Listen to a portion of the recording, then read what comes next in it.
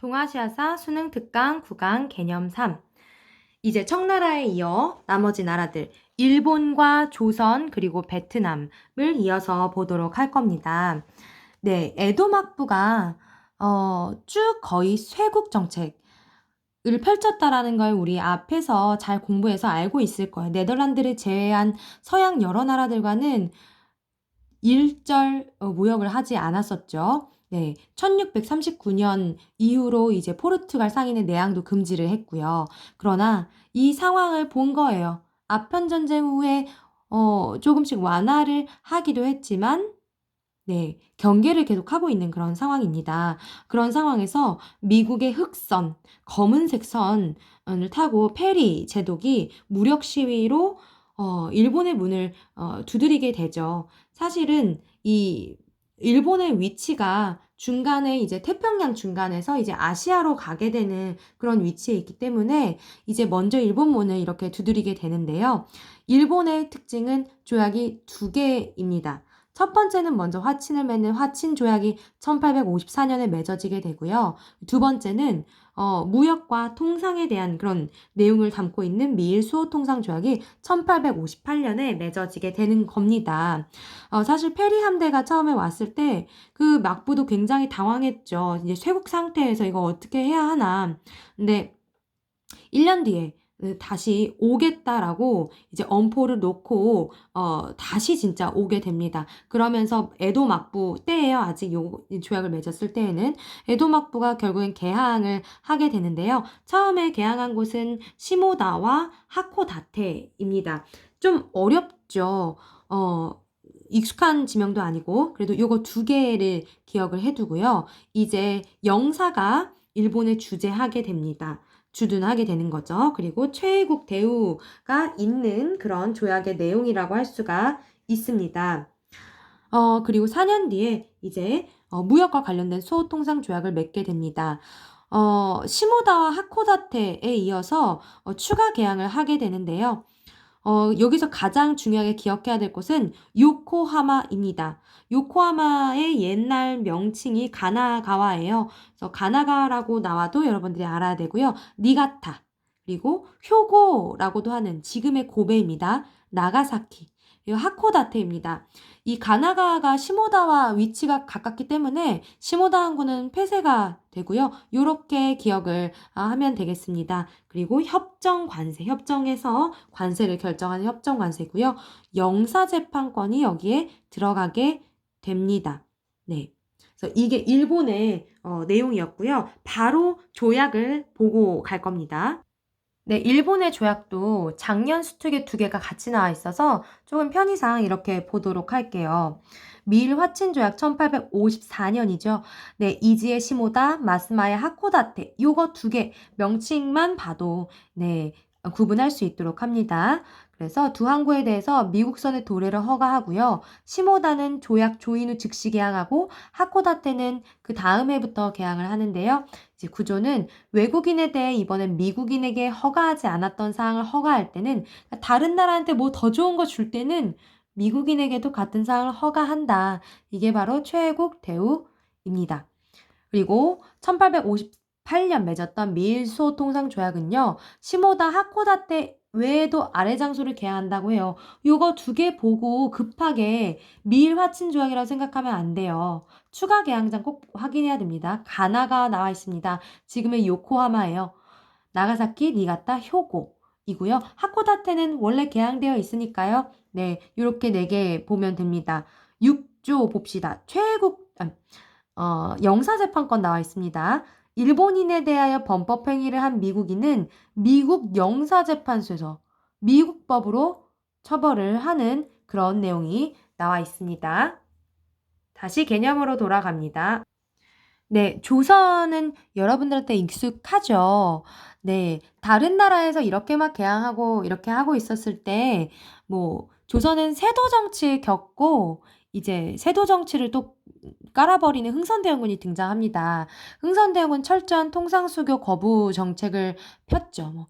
병인양요, 신미양요를 일으키기도 하면서요. 그러나 흥선대원군의 아들 고종이 친정을 하면서 통상계열원이 대두가 되고 이제 고종도 관심을 갖게 되는 거죠. 그런 상황에서 뭐 일본과 여러 문제가 있었긴 했지만 개항에 대한 어떤 그런 관심은 높아져 있는 상황에서 이제 일본이 운요 사건을 일으키게 되는 겁니다. 우리나라 강화도와 영종진 근처를 이제 포격하는 무력 시위를 하는 거죠. 1875년 이 운요 사건에서 일본이 원했던 건 조선을 협상 테이블에 앉게 하는 거였어요. 그래서 일단 앉죠. 근데 조선의 그런 관원들과 조선 조정 자체가 국제 정세에 어두웠고 했기 때문에 불평등 조약으로 맺어지게 됩니다. 부산 외에 2개 항구라고 명시가 되어 있어요. 순차적으로 개항이 됩니다. 인천과 원산이에요. 네, 각각 목적을 갖고 가장 적절한 곳에다가 개항을 한 거였습니다. 부산 같은 경우는 이제 경제적인 목적, 가장 가까운 항구였죠. 인천과 같은 경우는 수도로 빨리 진입할 수 있다라는 그런 정치적인 목적이 있었고요. 원산은 지금 강원도 라인 그 북한 쪽입니다. 그 러시아의 남하를 막고자 하는 군사적인 목적이 강했습니다. 그래서 이렇게 기억해 두고요. 영사재판권 이퀄 치해법권일 거 잘 알 겁니다. 해안측량권도 포함이 되어 있습니다. 자, 그리고 마지막 베트남입니다. 사실 전근대 부분에서 베트남 역사가 거의 대부분 다 생략이 됐어요. 생략이 됐고 이제 전근대에서 주로 다루고 있는데 일단은 그래도 19세기에 이르면 마지막 그 전근대 왕조라고 할 수 있는 응우의 왕조가 들어서 있다라는 점을 좀 알고 있어야 할 것 같습니다. 네. 이 응우의 왕조 그때 이미 동남아시아들은 동북아시아와 달리 해금이라든가 뭐 조공 질서 뭐 쇄국 이런 게 아니라 서양 각국과도 아주 자유무역이라고 할 수 있을 정도의 그런 무역을 하고 있었거든요. 그래서 베트남도 마찬가지였고 서양 각국과 교육을 하고 있는 상황이었고 특히 응우의 왕조가 수립되는 그런 과정에서 프랑스가 좀 일익을 담당을 했어요. 도움을 주었어요. 그러면서 크리스트교도가 늘어나고 있는 그런 상황이었습니다. 네, 프랑스가 크리스트교를 박해했다라는 구실로 군대를 파견을 해서 전쟁이 벌어지게 됩니다. 전쟁이 벌어졌고요. 당연히 베트남 집니다. 그래서 맺어지게 된 조약이 제1차 사이공 조약입니다. 1862년이고요. 1차가 있다라는 건 2차도 있다라는 뜻인데 일단 2차는 뭐 교육과정을 다루고 있지는 않으니까 1차만 알아두도록 합시다. 전쟁에서 패했기 때문에 땅을 떼어줍니다. 코친차이나 동부 삼성인데요. 그냥 베트남의 남부다라고 이렇게 알고 있으면 됩니다.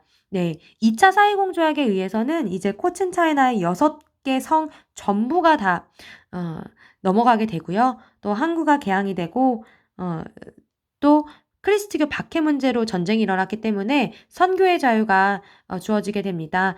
배상금이 있고요. 자, 조금만 더 줌아웃해서 한번 볼게요.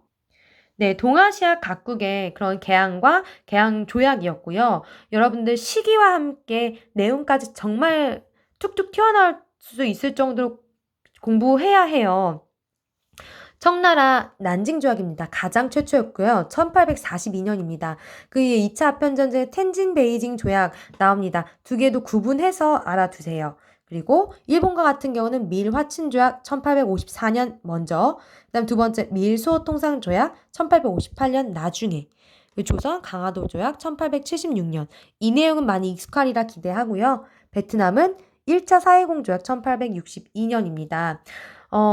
순서도 한번 점검해 볼게요. 가장 먼저 중국이 영국에 의해서 개항이 되고요.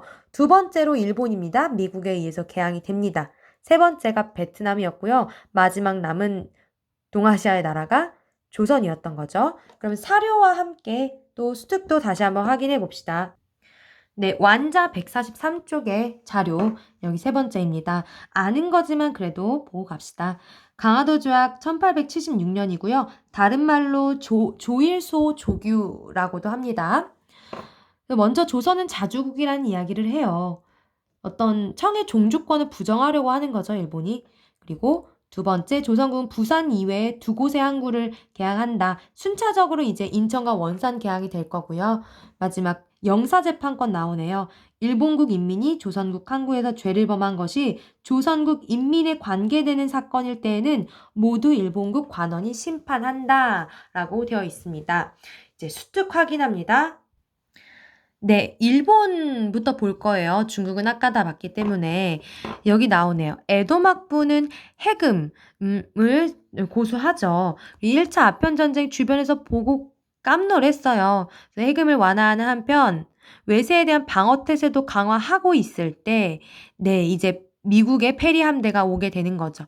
그러면서 미일 화친 조약을 맺었으나 미국이 또 자유무역을 일본에도 요구를 해오게 됩니다. 그러면서 두 번째로 맺게 된 게 미일 수호통상 조약이었고요. 이제 조선 넘어가죠. 이제 조선과 같은 경우는 흥선대원군의 통상수교 거부 정책을 쭉 펼치다가 이제 고종이 이제 성인이 되어서 친정하게 되면서 통상 개화에 대한 관심도 고조가 되고 또 일본이 운요 사건도 일으켰기 때문에 개항이 이루어지게 됩니다. 옆 페이지로 넘어갑니다. 네, 베트남 같은 경우는 16세기 이후 포르투갈, 네덜란드 등 서양 각국과 교역을 하게 되는데요. 그래서 1차 사이공조약을 맺게 되는 거죠. 크리스트교 박해를 구실로. 마지막으로 개항정 위치를 지도로 확인을 하고 갈 겁니다. 네, 선생님 교과서 좀 가져와 볼게요. 네, 비상교육 교과서이고요. 뭐 우리나라 거는 어렵지 않을 거예요. 강화도 조약으로 인천, 부산, 원산 이거 개항된 건 알 텐데 일단 중국부터 봅시다. 그 지도로도 참 너무 잘 나오기 때문에 아예 조금 박제를 해둘 필요가 있어요. 난징 여기에 있습니다. 네, 내륙이에요. 내륙이고요. 베이징은 여기 있어요. 생각보다 그 베이징이 위에 있다라는 걸 모르는 친구들도 있어요. 다 개항이기 때문에 개항장 5개이기 때문에 바닷가 있죠. 상하이, 닝보, 푸저우, 아모이 이콜 샤먼이라고 하고요. 광저우 여기 있습니다. 네, 요 부분을 알아두면 좋아요. 광저우가 여기 안쪽에 있고요. 홍콩이 이쪽입니다. 이게 주룽반도이고요. 마카오가 여기 있게 된다라는 거. 이렇게 홍콩이 여기고요. 마카오가 여기고요. 요 안으로 들어가 있는 곳이 바로 공행이 있던 광저우입니다. 그리고 일본과 같은 경우는요. 도쿄 수도가 여기예요. 시모다가 여기 있고요. 하코다테 처음 미일 화친 조약으로 개항이 되었던 것이고요. 나머지 이제 니가타, 가나가와 요코하마 그리고 효고 지금의 고베고요. 나가사키 이렇게 미일 수호 통상 조약으로 개항됐다라는 것까지 위치까지 잘 알아두시기 바랍니다, 여러분. 네, 이렇게 해서 개항까지 오늘 알아봤습니다. 수고하셨습니다.